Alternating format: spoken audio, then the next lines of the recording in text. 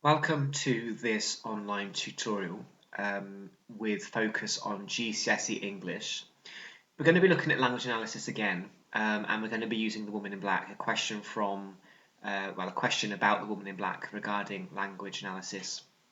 But as you can see there from the heading, this video I have made deliberately because my expertise is actually teaching retake students, so students who are 16 plus, who have left secondary school without a grade 4 in English, and as part of what's called their study programme, which let's call a timetable, as part of their timetable they have to do English with us at college alongside their main course. So that's where actually my expertise come from. It's teaching those retake students, and I enjoy doing so as well. It's worth saying that in 6 years that I've been teaching retake students, I have lost count of the number of times that I say to students, it's language analysis that let you down, because what I can do is I can look back at how you did in previous exams online, and it gives you a question by question total. So I can look back at all of the questions you've done for English, if it's the same exam board, and check how you did. And I have lost count of the times that language analysis has been the reason why students have missed out on the grade 4. When we talk about grade 3, students could just be 1 or 2 marks off the grade 4. So we're not talking about starting from scratch with retake students. We're talking about starting already from some understanding of English, but we need to spend the retake year topping up that knowledge, and that knowledge might only need to be topped up by 1 or 2 marks to get the grade 4. But I have lost count of the number of times that students have come to me in September, and it's the language questions that have been the reason why students tend not to get the 4. So I always say to students that we need to fill in the gap almost with language, because that's what let you down before. So this video is really aimed at the retake students who currently have a grade 3 in English, who need to just tweak their understanding quite, in a small way in order to be successful and get that grade 4. So, like I have said with previous videos, the way that you can, I suppose, refine your knowledge of language is by looking at images. So this image is of a very misty landscape, as you can see. We've got a few trees there, quite gloomy. So the first thing that I want us to look at in order to go from grade 3 to grade 4 is to understand that language is a visual tool. It creates imagery. Language is making us feel and see something. And because the language analysis question for paper 1 at least always tends to be about how the writer describes something, we are using the senses, or the writer is using the senses, in order to portray that particular image.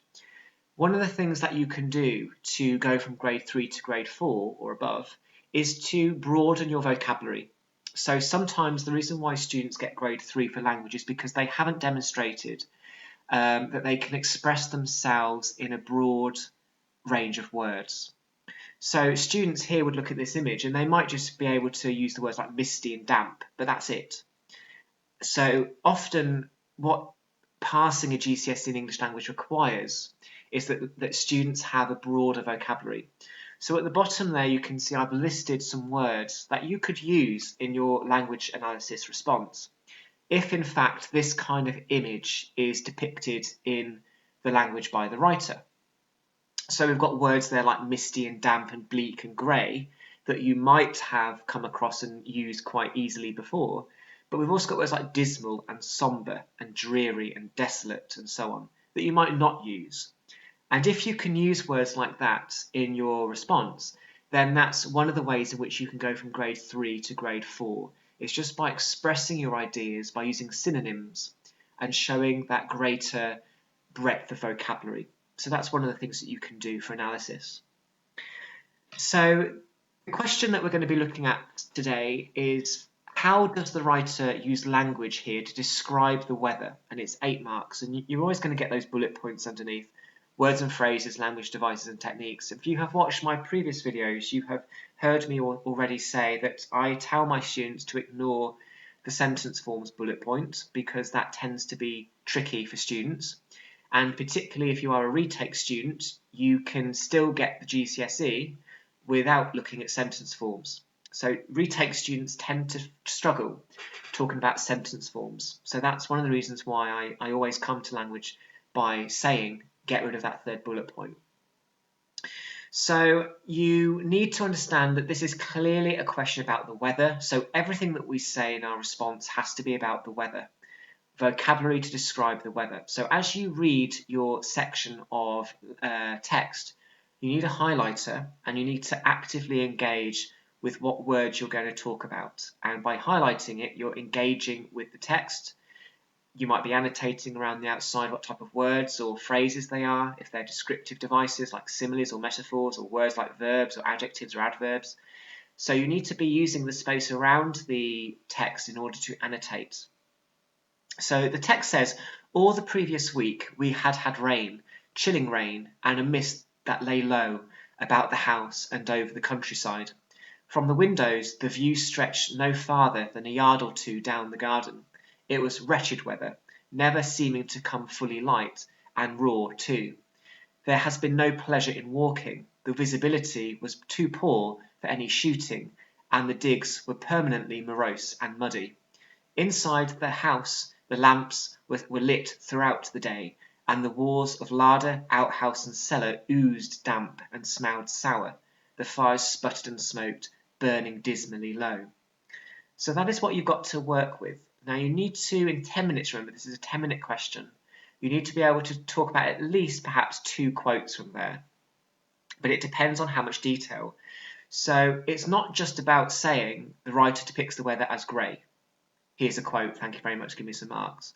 Because the examiner will say, you haven't actually told me effects. You need to tell me why the writer has used that word, what effect it has on you as a reader.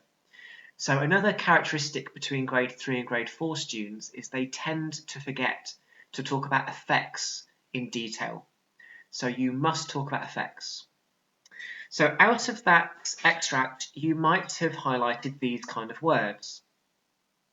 Because all of these words depict the weather in some way. And all of these words have a theme, and clearly the theme here is that it's very damp and very gloomy. It's exactly like that picture I showed you a minute ago. We've got some adjectives, we've got a verb, we've got an adverb, and we've also got some alliteration and repetition of the word rain. So we've got a broad range here of word types and descriptive devices. It will probably be unlikely that you are able to talk about all of these in 10 minutes. So you need to be able to select the most significant ones, ones that you think you can do the most with in terms of answering the question. And again, another skill is to be able to quote. So the words that there are highlighted probably are the words that you're going to end up quoting from the extract. We have got a word in there called morose, and it might be that you're not quite sure what that word means.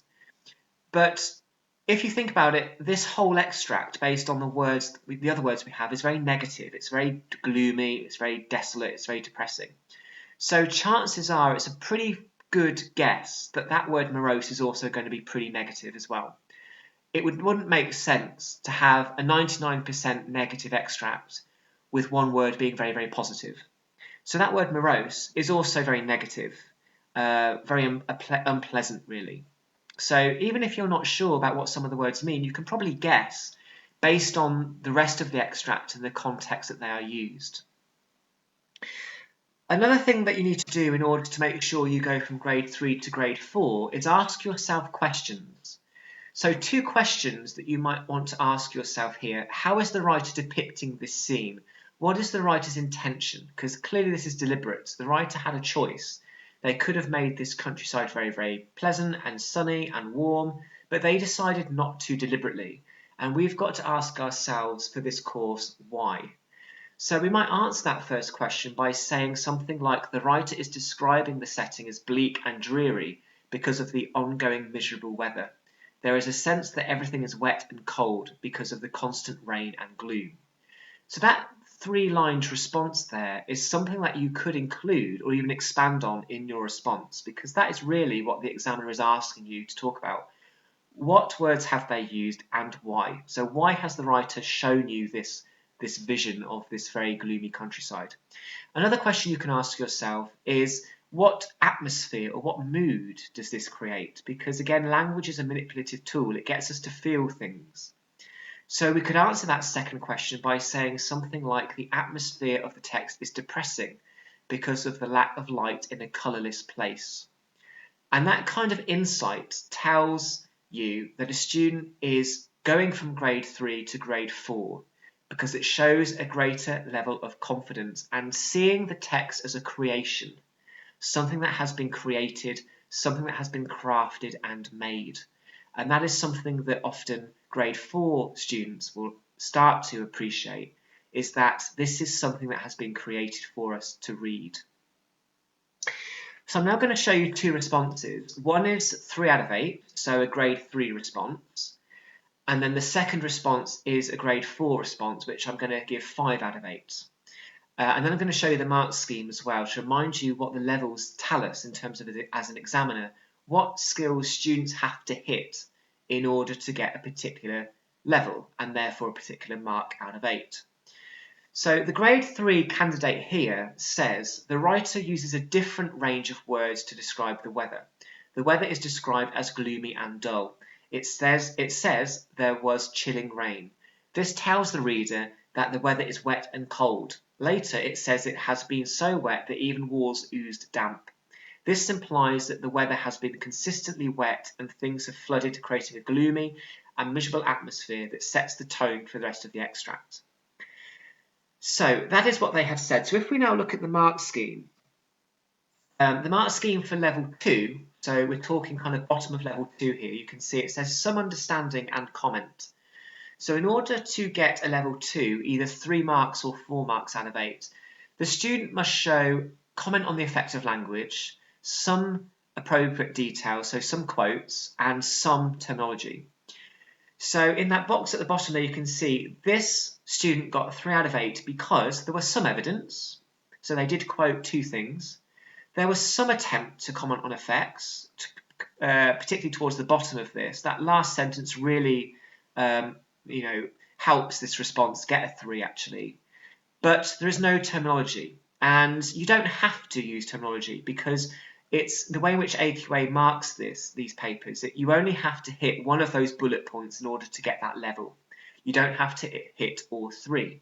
So even though they haven't hit that bottom bullet point at all, they have still got in that band because of the skills that they have demonstrated, which is consistent with those other 2 bullet points.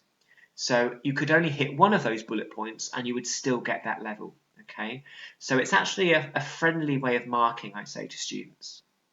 So that's what a grade 3 response looks like, just below the standard you need to get a grade 4. So this is now a grade 4 response, and I've given this 5 out of 8. Same question. The writer presents the weather as consistently miserable and depressing, creating a bleak atmosphere in the extract. The writer uses repetition of rain and adds the adjective chilling to convey how grey and wet everything has got because of the rain. It also suggests it is cold. It has been raining so much that even buildings are waterlogged and flooded, shown through the verb oozed, describing how the walls are leaking water. The alliteration of wretched weather implies that the weather has made everything seem colourless and drab, as if it has made everything one grey, dreary place. So if you compare that to that response I showed you a minute ago, you can already tell that this is slightly longer, but even the vocabulary that is being used is slightly more confident. So if we go back to the grade, to the mark scheme even, level 3, bottom of level 3, which is where you need to be on track to get the grade 4, or at least the grade 4. We've got clear, relevant explanation is what the candidate needs to demonstrate.